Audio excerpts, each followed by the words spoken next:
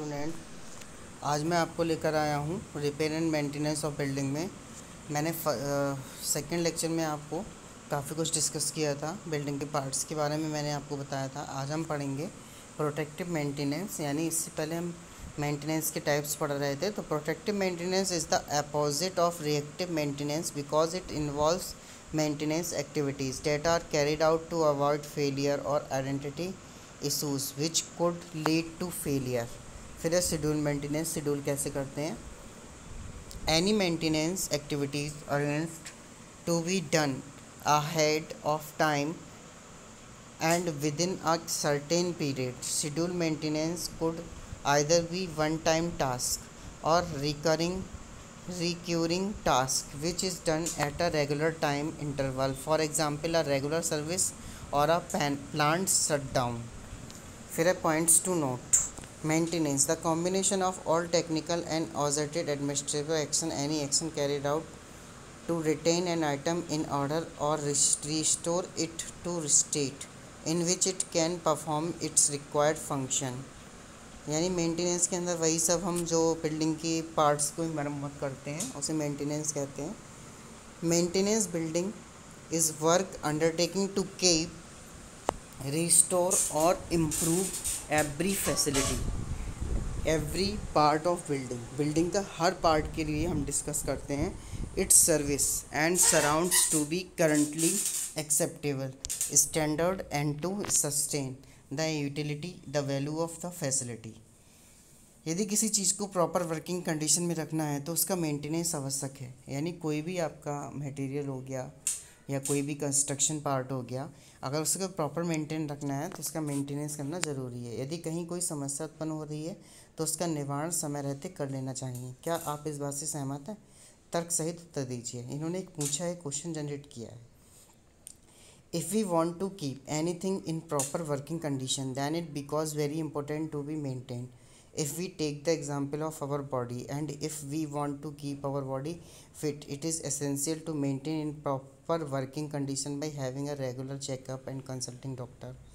इन्होंने एक बॉडी का एग्जाम्पल लिया है। बॉडी के एग्जाम्पल के लिए हमें रेगुलर फिट होने के लिए रेगुलर एक्सरसाइज करनी चाहिए, ठीक है। डॉक्टर से कंसल्टिंग करनी चाहिए, चेकअप हमें रेगुलर कराने चाहिए। Same in case of building, यही हमारा बिल्डिंग में होता है। We have look after its operation and if we feel like there is a problem arising in some area of the building. अगर बिल्डिंग के अंदर कोई भी एरिया डैमेज हो रहा है, ख़राब हो रहा है, बिल्डिंग का कोई पार्ट डैमेज हो रहा है, तो उसके लिए हमें मेंटेनेंस की ज़रूरत पड़ती है। Then it has to be identify and try to resolve the problem in the initial stage. उस हम इनिशियल प्रारंभिक स्टेज पे ही उसे हम फाइंड आउट कर लेते हैं। It's self by the consulting the engineer के द्वारा। फिर है विभिन्न असिस्ट को प्रारंभ में तो हम अच्छे से मेंटेन करते हैं, किंतु धीरे धीरे उन्हें निगलेक्ट करने लगते हैं।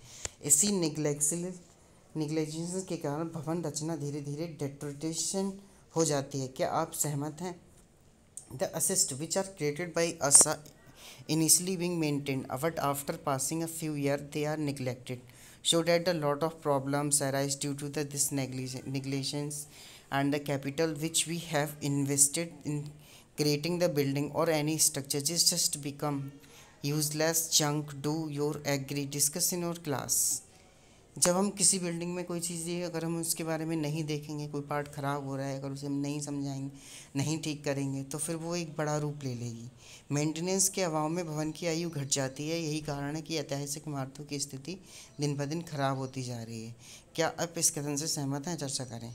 By neglecting and lacking of maintenance of any structure is life decrease, so ultimate it has to demolition and removed in short period of time. This is the reason due to which the historical mountains and old structure are degrading day by day.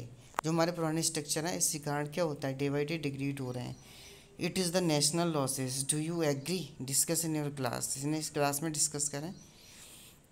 Operation एवं maintenance में क्या अंतर है? Hint: operation is the activity of running the building in proper working condition, while maintenance is the activity carried out the proper upkeeping of it, and repairing is the activity carried out the repair the defect or damage present in this structure. फिर है servicing किस भवन का अभिन्न अंग है? क्या आप इसे सहमत हैं, चर्चा कीजिए। तो हमने ये सारे टर्म्स पढ़ी, इसमें हमने काफ़ी कुछ डिस्कस किया।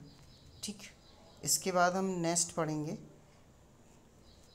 नेक्स्ट हम जो डिस्कस करेंगे, नेक्स्ट है हमारा हिंट्स, इन्होंने दे रखी है सर्विसिंग के बारे में। तो सर्विसिंग क्या है, सर्विसिंग पढ़ते हैं, आइए देखते हैं सर्विसिंग क्या है।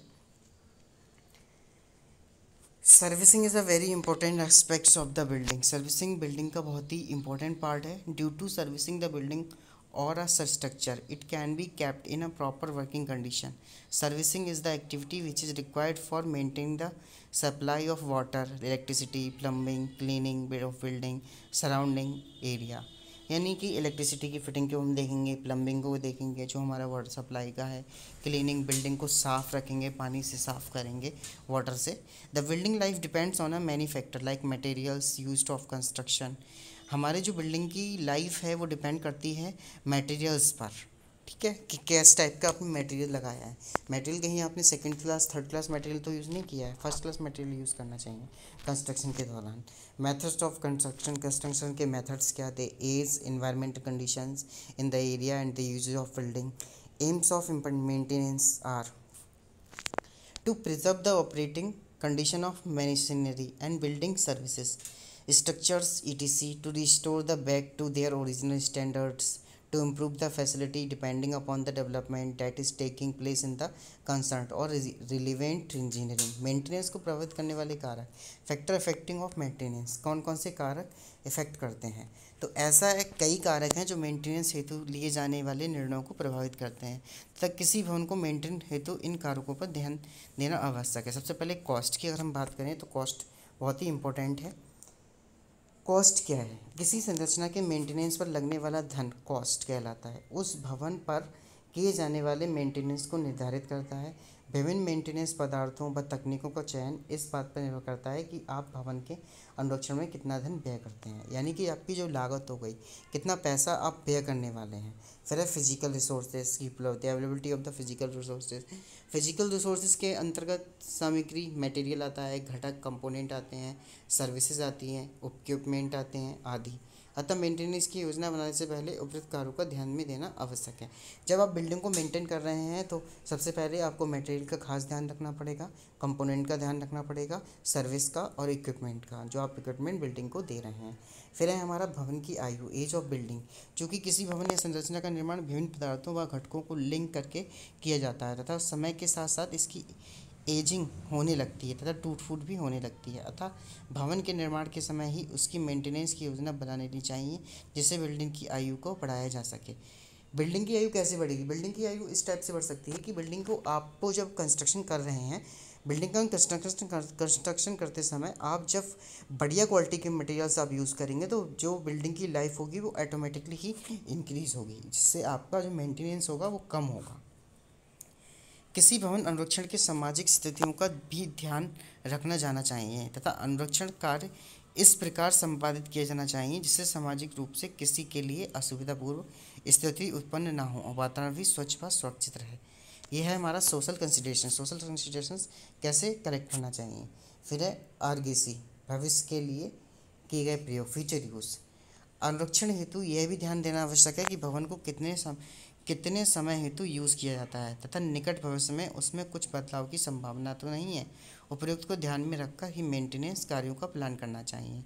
आरगीसी क्या होती है, किसी मेंटेनेंस की प्लानिंग में आरगीसी एक महत्वपूर्ण कारक है। किसी टास्क को अर्जेंटली किए जाने की आवश्यकता कई कारणों से हो सकती है, जैसे कि अत्यधिक असुविधापूर्ण स्थिति या फिर तुरंत मेंटेनेंस के अभाव में उस सर्विस या पदार्थ के पूर्ण अनसर्विसेबल होने की संभावना। वास्तव में आरगीसी एक रिलेटिव टर्म है तथा यह वस्तु स्थिति पर निर्भर करता है।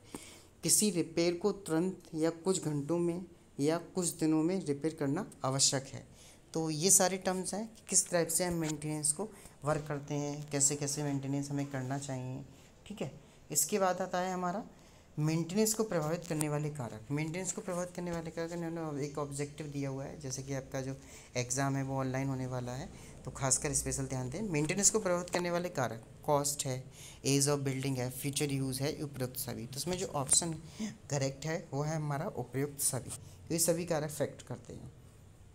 फैक्टर की अगर मैं बात करूँ, अभी मैंने आपको हिंदी में बताया, कॉस्ट लागत के बारे में बताया, यहीं पे आपको इंग्लिश में एक बार डिटेल करके बताता हूँ. Before coming to decision to implement a particular item of maintenance, indirect cost factor like restricted access, production stoppage, safety aspects, availability of time, overhead expansion, etc. also be considered along with the direct cost. फिर है हमारा age of building. Age of building की बात करूँ तो to obtain the maximum life out of material component service equipment and the building itself, plant program of inspection and maintenance should be established as soon as building has been constructed. फिर है फिर next है हमारा availability of physical resources in the context of the maintenance of building can be defined as the all the material component service and equipment which are necessary for maintenance.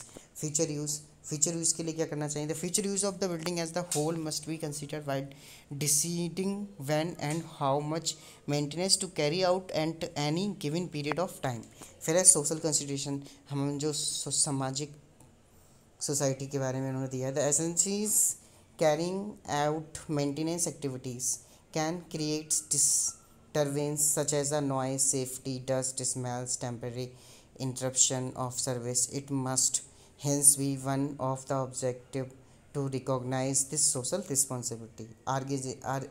Urgencies क्या होती है? The matter of urgencies may be outplay the back factor with decisions to be taken to carry out a specific maintenance job. An urgent maintenance task may be required for a number of reasons such as the repair of service which unless rectified immediately put render then unserviceable causing lot of inconvenience.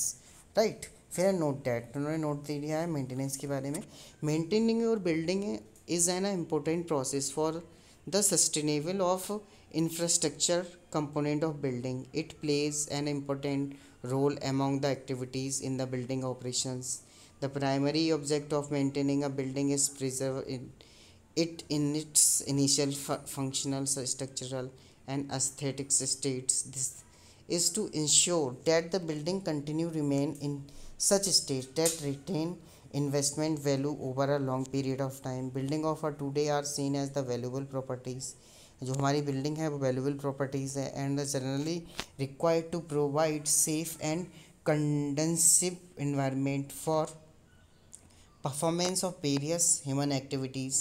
The availability of your building to provide the required environment for a particular human activities is a means of functionality, and if the functional component of the building begins to deteriorate, it becomes necessary for you take measure to ensure that the desired characteristics of the facility which provides safety and convenience and retain. तो ये सारे हमारे maintenance के लिए इन्होंने important part दे रखे हैं और इम्पोर्टेंट पार्ट डिस्कस हमने किए हुए हैं.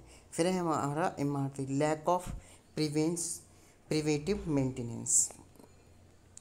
इसके बारे में मैं अगर डिस्कस करूं तो इन्होंने बताया हुआ है lack of preventive maintenance. Preventive maintenance is plant maintenance activity aimed to preventing the damage of your building. It helps you to preserve and enhance the reliability of your building by replacing one of the component. हम component को replace कर देते हैं. Lack of prevent building maintenance of activities can result in the deterioration of the building that leads to the point of collapse of demolition. Faulty or poor workmanship. Building workmanship is one of the most common factor affecting the building maintenance. जो building workmanship है वो एक बहुत ही महत्वपूर्ण factor है, कारक है. A faulty workmanship dramatically increase the livelihood problems and reduce the life expectancy of your building leading to loss of time and money का भी लॉस होता है, समय का भी लॉस होता है. Use of substandard material. The quality and cost of building material to used for the maintenance of building is also very important factor. जो materials हैं वो नंबर 1 क्वालिटी की यूज़ करनी चाहिए. The use of substandard material leads to structure deformation of the building within a short period of time. फिर insufficient fund आपका क्या है, insufficient है, ज़्यादा नहीं है, कम बढ़ हो रहा है. तो maintaining of a building against deterioration and to be standardized level requires the time and money. Lack of funds is one of the most common factor affecting building maintenance. ये फैक्टर बहुत ज़्यादा अफेक्ट करता है कि अगर insufficient fund है. Non utilization of skilled building maintenance of the professional. Maintaining a building of requires the full service of skilled building maintenance professional. Not utilizing the service of skilled maintenance personnel may be lead to seeking the service of facility workmanship. Utilizing unskilled maintenance professional may dramatically increase the likelihood of problems to the building. फिर non application of building maintenance policy. Building maintenance policy is a written document that provide maintenance strategy to be adapted by the maintenance professional in order to extend the life cycle of a building and its fitting. The non-availability of building maintenance policy may be result in a poorly planned maintenance activity. Property owner who seek the service of maintenance personnel without application of maintenance policy do had that at the risk of reducing the lifespan of the building. Owner attitude of a building maintenance. Owner का क्या attitude होता है? Non-chalant attitude towards maintenance may lead to neglect, allowing minor repair work to include to the more serious conditions. Wrong behavior of the occupants. Wrong behavior होने पर भी occupants are those who make use of the building and it is expected that they should maintain it as much as possible. If the occupants are reluctant to the building maintenance, the insufficiency of occupants behavior can result to lack of building maintenance and may result to serious deformation of the building.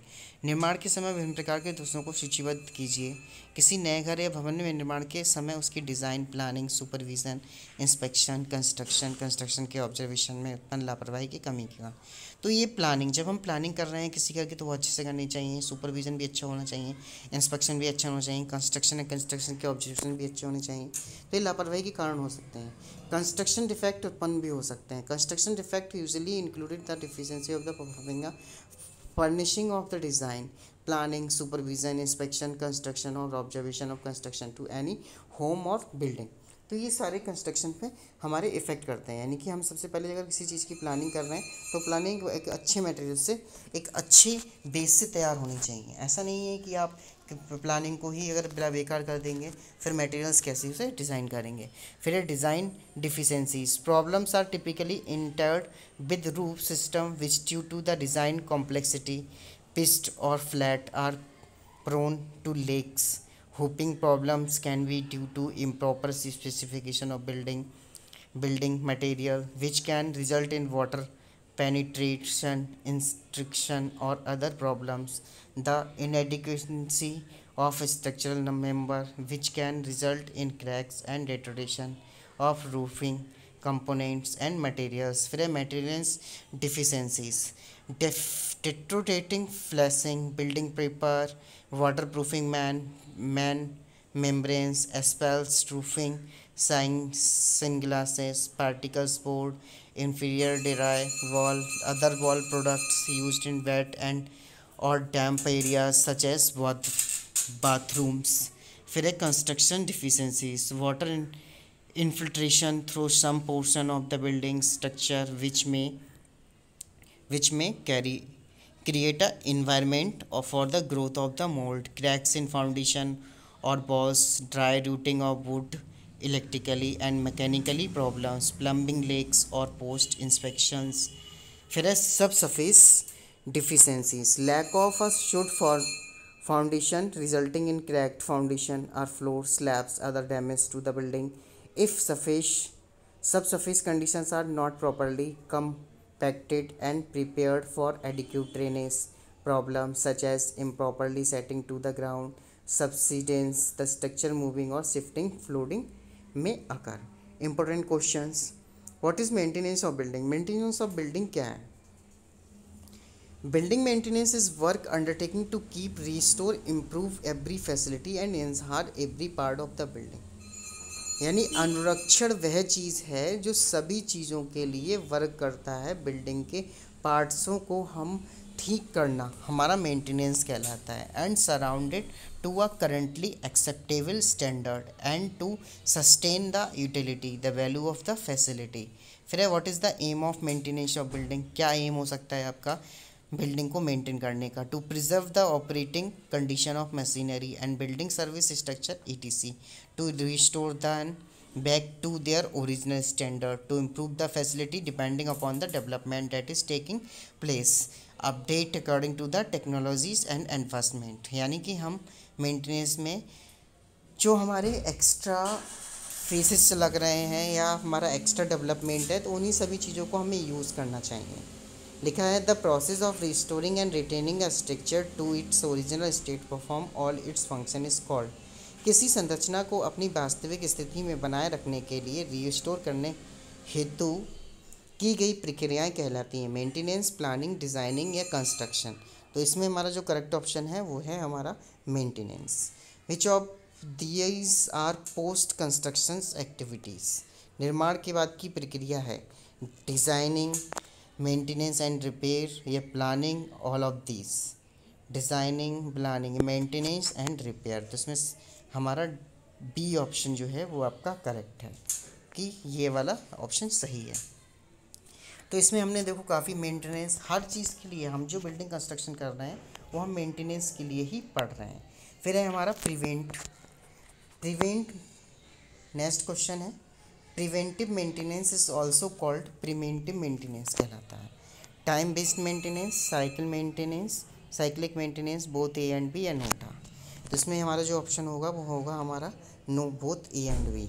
The main reason of the cracks in masonry joint, चिनाई के जोड़ में का मुख्य कारण है magnesium, sodium, nickel and sulphate. कौन सा कारण है जो जोड़ देता है, मैग्नीशियम, सोडियम, निकेल या सल्फेट, ये आप खुद ढूंढिएगा। क्वेश्चन उन्होंने दे रखा है भवनों में रिपेयर या मेंटेनेंस से आप क्या समझते हैं, इसका क्या महत्व है। तो आपके क्वेश्चन आपका थ्योरेटिकल तो आएगा नहीं, ये आपका चैप्टर फर्स्ट यहाँ पे फिनिश होता है। 2 लेक्चर में ये चैप्टर फिनिश होता है आपका फर्स्ट चैप्टर। फिर है मेंटेनेंस के उद्देश्य क्या है, पर्पस क्या है। रिपेयर एंड मेंटेनेंस को प्रभावित करने वाले कारकों की सूची बनाइए। तो हमने सिर्फ अनुरक्षण, बार हम सिर्फ अनुरक्षण के बारे में ही पढ़ रहे हैं कि अनुरक्षण क्या है, ठीक है। इसके बाद हमारा नेक्स्ट स्टार्ट होता है, इसके बाद हम नेक्स्ट पढ़ेंगे, नेक्स्ट वीडियो में पढ़ेंगे, ठीक है। तो इसके लिए आपको थोड़ा टाइम देना पड़ेगा, ठीक है। तो हम इसके बारे में नेक्स्ट लेक्चर में डिस्कस करेंगे और नेक्स्ट लेक्चर में पढ़ेंगे different types of building maintenance के बारे में। Okay students, thank you.